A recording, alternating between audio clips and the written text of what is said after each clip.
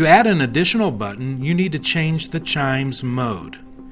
First, remove the batteries from the chime for at least 10 seconds and remove the battery from the original push button that was included with the chime.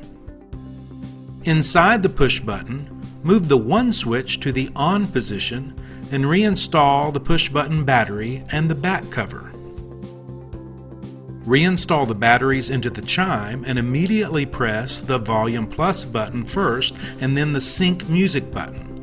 Hold these buttons in until you hear rapid beeps, followed by ding dong. Release the buttons and the chime is now ready to sync to the push button. Sync the original push button back to the chime by pressing and holding the sync music button on the chime until you hear beep beep. Release the sync music button and immediately press the original push button. You should hear another beep beep as soon as you press the push button. This tells you the chime and push button are synced together. When you press the push button again, you'll hear the chime sound. Sync the additional new push button to the chime by pressing and holding the sync music button on the chime until you hear beep beep.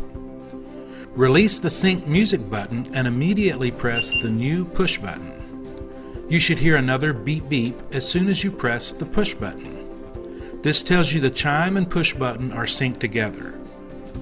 When you press the push button again, you'll hear the chime sound. If the chime doesn't play when pressing the push button, check to make sure the chime is not muted. To unmute, press the mute control button on the front of the chime.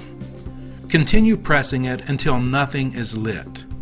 This indicates the mute function is turned off.